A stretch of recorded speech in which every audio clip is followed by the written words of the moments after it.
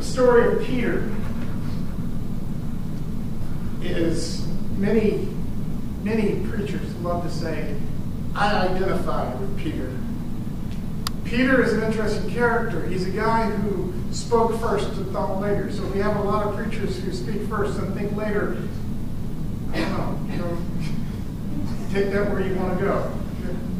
He was a man who was full of, he was an impetuous man. And he did things on a lot of action. He was a man of action, a man who thought. Like I said, he spoke first. He said, when they were asked Jesus, when Jesus says, who do people say I am?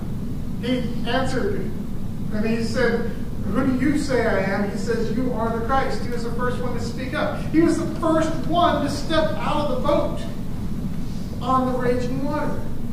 He was a man who thought he had it all figured out.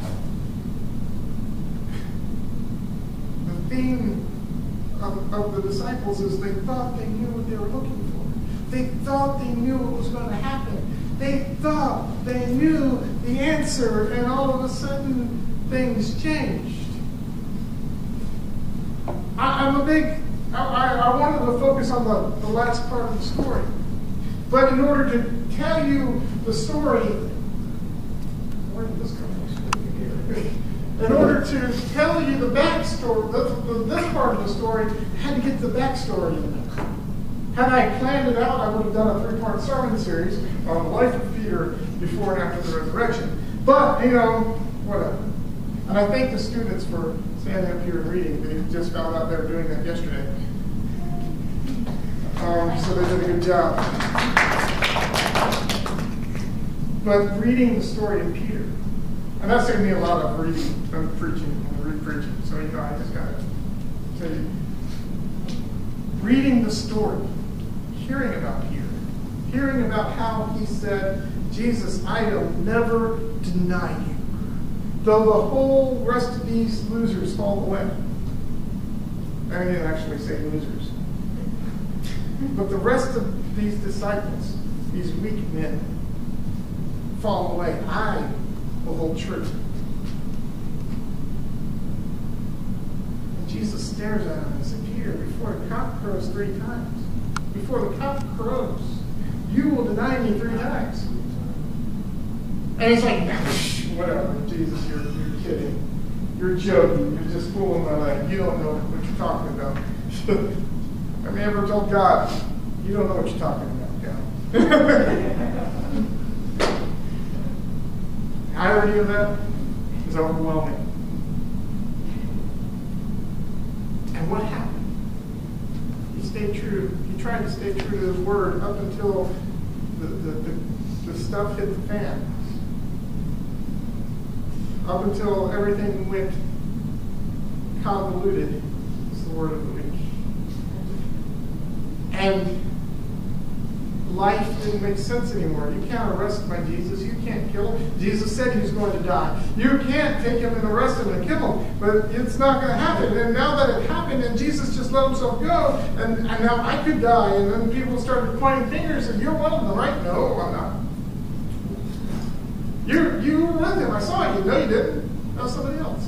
In some scriptures, in Matthew, it says the 3rd time he called down curses upon himself. And then he said, no, I don't know him. You don't know what you're talking about. I love how Luke put it. The Lord turned his head to Peter.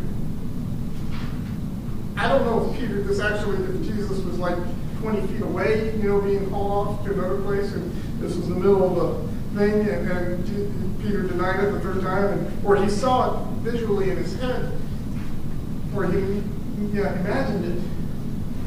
But when the Lord looked at Peter, Peter went off, and he wept bitterly.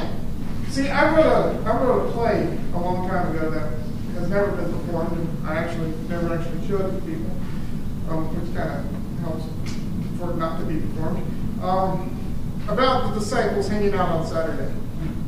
Because we talk about the crucifixion on Friday, great, right? And then we skip over Saturday, And we have no idea what happens in their lives.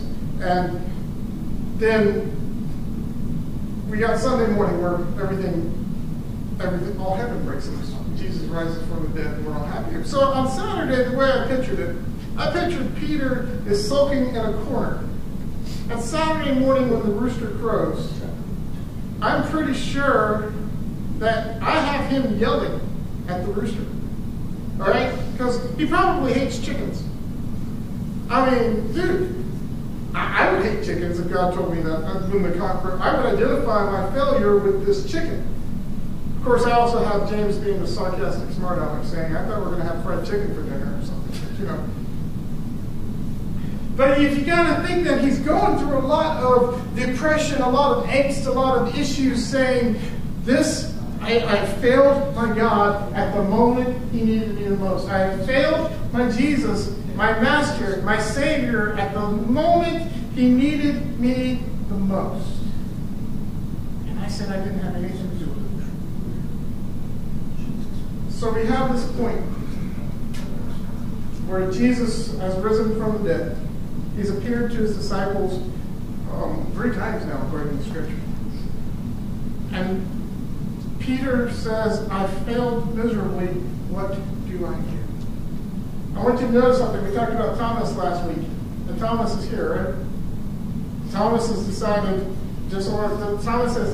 I'm sticking with you guys because Jesus, I've tried to do this thing on my own, but Jesus appeared to you guys, so I'm going to hang out with you guys until I see him again. And apparently this is how God's going to do stuff, so I'm going to do this. And Peter's still got that depressive past stuff hanging on to him, and so he's like, what do I do? Where do I go? Where does life make sense again? The only place that made sense to them is back on the water. Going fishing. Anything wrong with that? Going fishing? Not really. That's not what God wanted. Peter could not return to his old life. And then Jesus shows up. Peter didn't expect him to be here. Guys, when you're running from God, try to go back to your life where it used to be. Don't be surprised when Jesus shows up again. Don't be surprised that Jesus is back on your doorstep saying, listen, I knew you were going to be here, so I was waiting for you. I knew you were going to have a bad night fishing, so I already caught some fish for you. I knew you were going to have bad luck doing whatever you're trying to do, but I got this thing ready for you over here. I know what you need. I know what you need. We've seen that time and time again.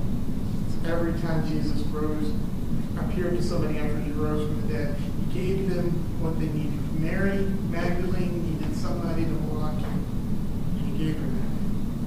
The disciples on the road to Emmaus, they needed to go home. Jesus gave that to them, but he met them on the way. And he gave them the information they needed. Thomas needed to see Jesus and touch his scars and his wounds. Jesus gave that to him.